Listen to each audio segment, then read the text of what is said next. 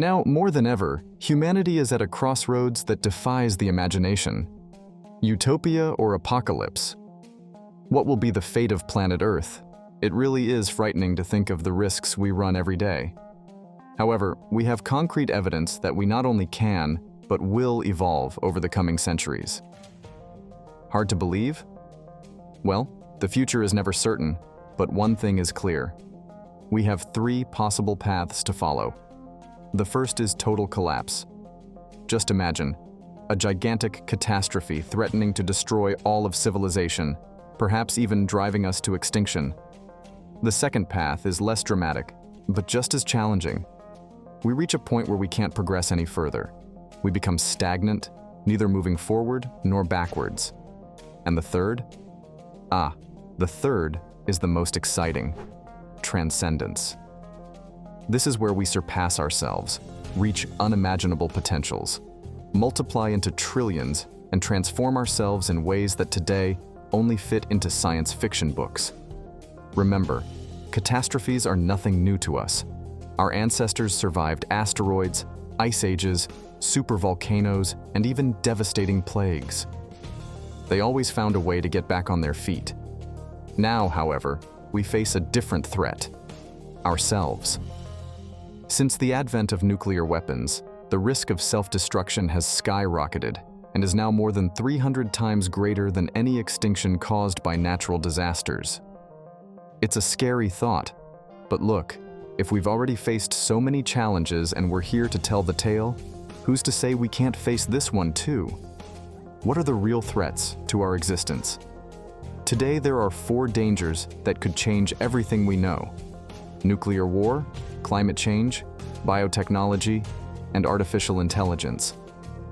But what would happen if we suddenly found ourselves in the worst possible scenario?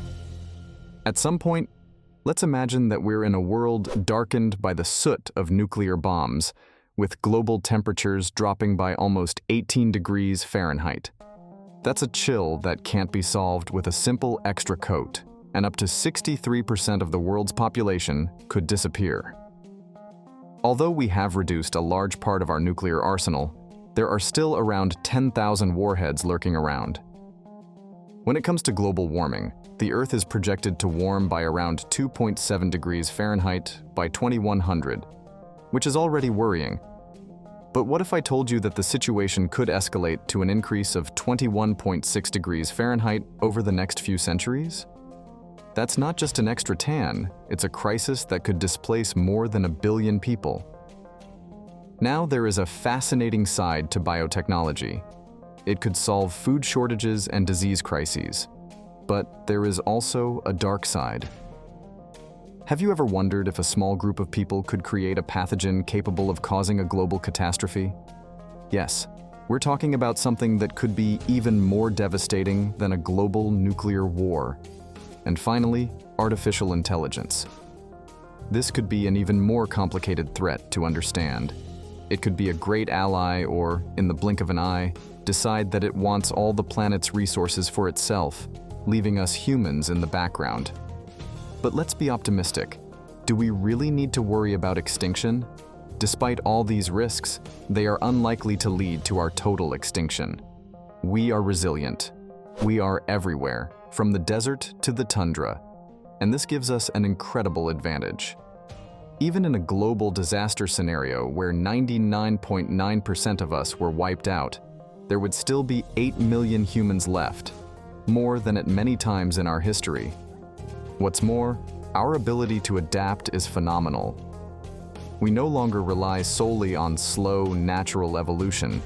With technology, we can adapt thousands of times faster than any other species. And what about our diet? We are true masters of food improvisation, an essential trait that helped us survive mass extinctions in the past. But how much can we really take and still move forward? Take, for example, the Black Death of 1347. This calamity wiped out up to half the population of Europe and 1/10 of the people around the world. However, this monumental devastation was unable to halt human progress. Amazingly, just 200 years later, we were in the midst of the scientific revolution. Now think about it in our times. If we were to face a proportional disaster today, with our fully interconnected global economy, the consequences would be catastrophic. However, as long as our infrastructures and knowledge survive, we could still get back on our feet and resume the upward path. But what if the blow were so deep as to wipe out our global industry? What would happen if we lost agriculture and reverted to a hunter-gatherer lifestyle? In this scenario, the Earth could support only around 10 million people, a number similar to that of our ancestors 100 centuries ago. This brings us to an intriguing question.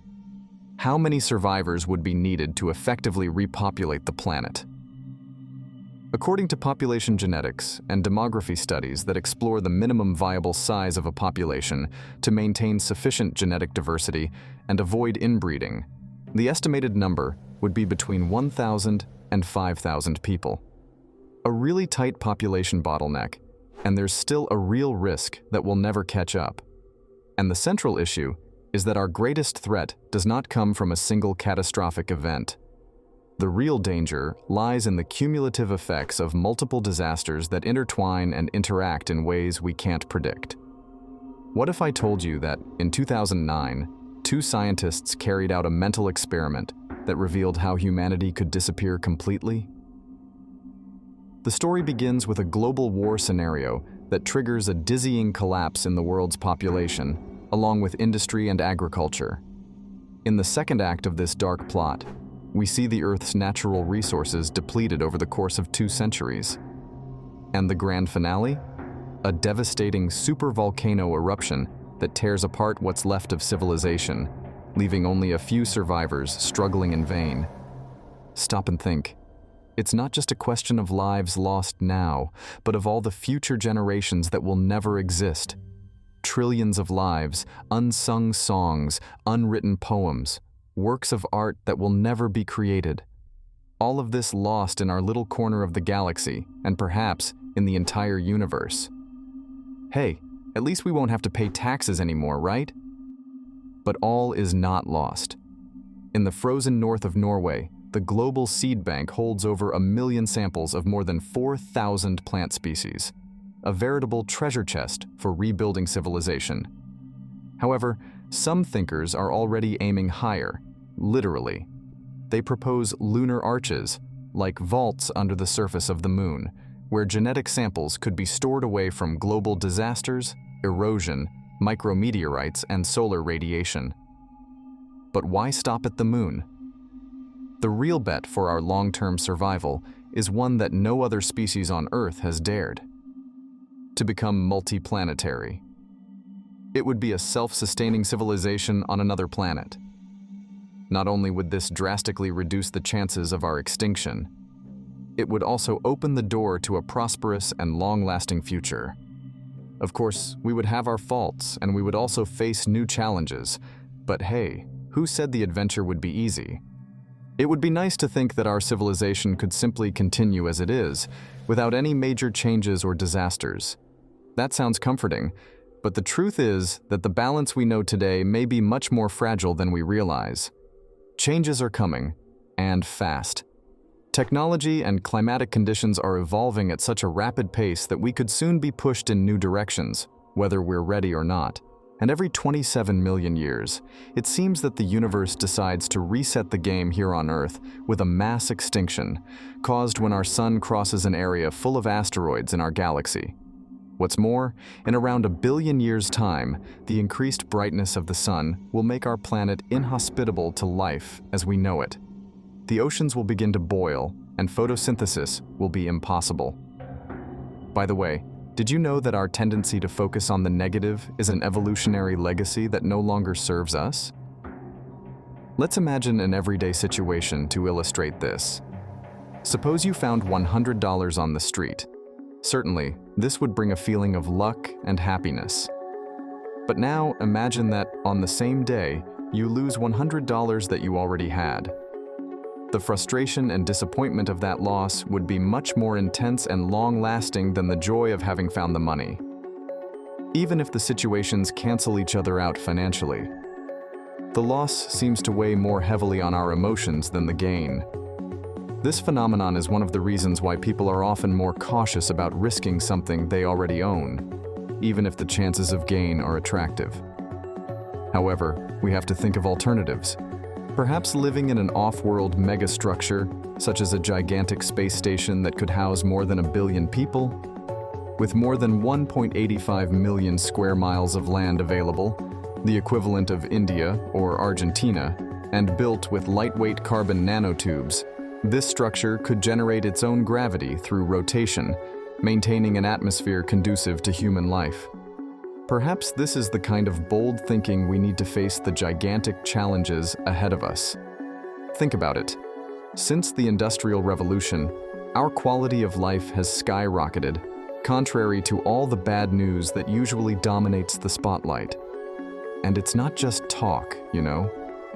Solar and wind energy prices are plummeting, often cheaper than the old, polluting fossil fuels. And it doesn't stop there. Artificial intelligence and biotechnology are leading us to discoveries that make the impossible seem like child's play. Projects like Google's AlphaFold are revolutionizing the way we find treatments for diseases like cancer, much faster than any scientist could have dreamed. Just imagine, we have more than 10,000 diseases caused by a single defective gene, and gene editing tools like CRISPR are giving us the chance to cure them all. Who would have thought that cutting and pasting could be taken out of crafts and into the laboratory, right? What if I told you that, at this rate, we could even regenerate lost limbs, eliminate diseases once and for all, and, who knows, extend our lives indefinitely? We are on the verge of a transformation that will change everything we know about human beings. And NASA? NASA is always one step ahead. It is using AI to design mission equipment that is 3 times better than anything a human being could create. And that's not all. They're developing cleaner biofuels and drought-resistant crops, essential weapons in our fight against climate change. We are at the beginning of an intelligence explosion that could lead us to artificial superintelligence. Just imagine, an AI that not only thinks like us, but thinks better than us, and can solve problems that to this day leave our hair on end.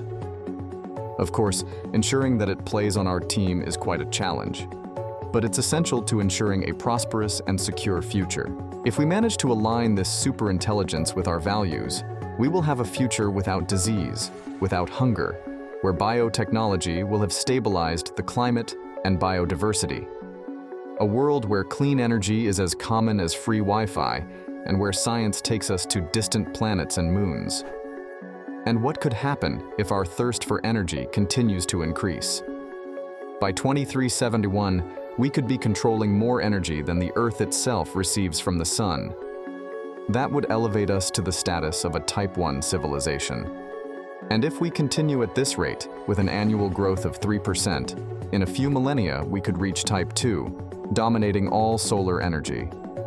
We can dream big, with goals of colonizing the entire galaxy and even controlling the stars.